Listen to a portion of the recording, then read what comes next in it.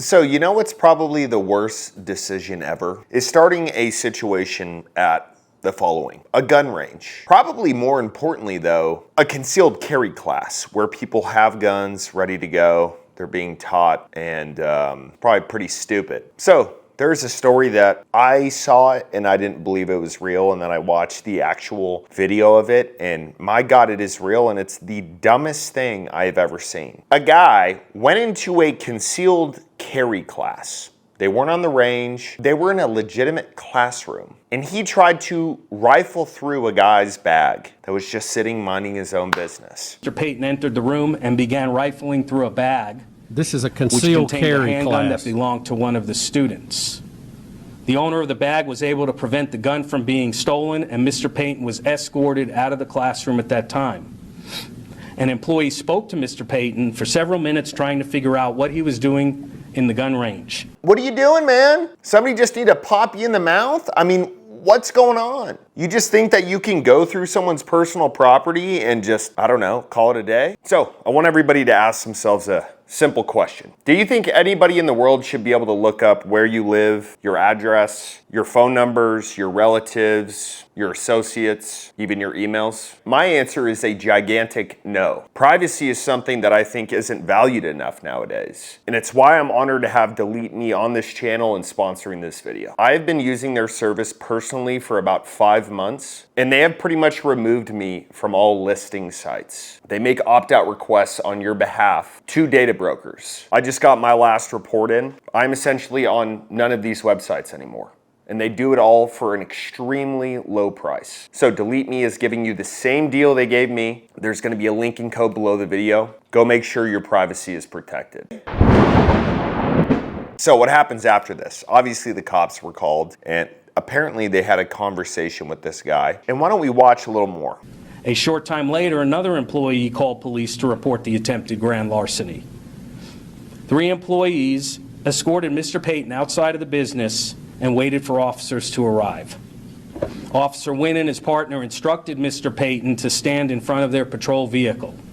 Mr. Payton ignored those instructions and started to walk away while hiding his right hand in his jacket pocket.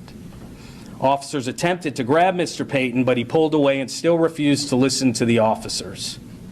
Officers attempted to grab Mr. Payton by his arms once again to gain control of him. All right, so if I can just comment on trying to evade police officers. There are some good police officers out there. There are a lot of bad ones. But here's the reality of dealing with them. If they are there to question you and you try to just push it off, they're going to arrest you. They're going to follow you. If you try to escape, they're going to do a bunch of different things.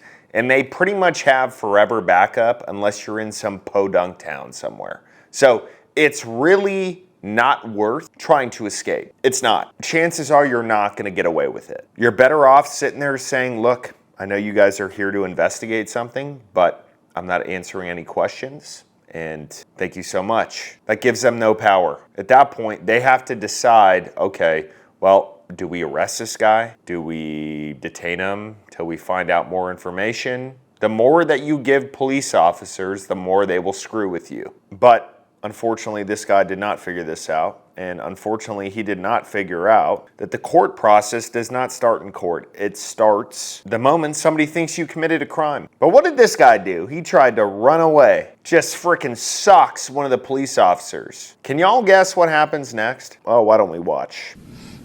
This time, Mr. Payton pulled away and produced a screwdriver from his pocket. Watch him and hit this violently policeman. attacked the officers. Watch him. He stabs him with the screwdriver. Mr. Payton made several overhand strikes with the screwdriver And then watch towards the one of class the come officer's outside. head and neck area. Well, he Mr. stabs her, Payton was didn't he? able to stab one officer during his violent attack. Wow.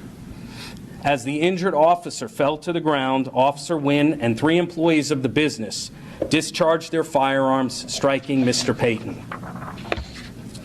Officers immediately summoned medical personnel, but Mr. Payton succumbed to his injuries at the scene. Okay, I was wrong. He had a screwdriver. He's trying to stab the dude. So I'm just curious about this. Why is somebody going into this class to just rifle through one dude's bag, and then based on that, he's trying to stab a police officer because he's there to question him? Doesn't make that much sense. So The officer who originally tried to grab him, he was stabbed and he had a facial fracture. Total bummer on that, but that's what I think people don't really realize is you're pretty much not going to win with police officers. And if you're an idiot and they're there to address you being an idiot, like trying to steal something out of somebody's bag, you probably should just accept that you screwed up and move on. Pretty simple. This guy is a total idiot though.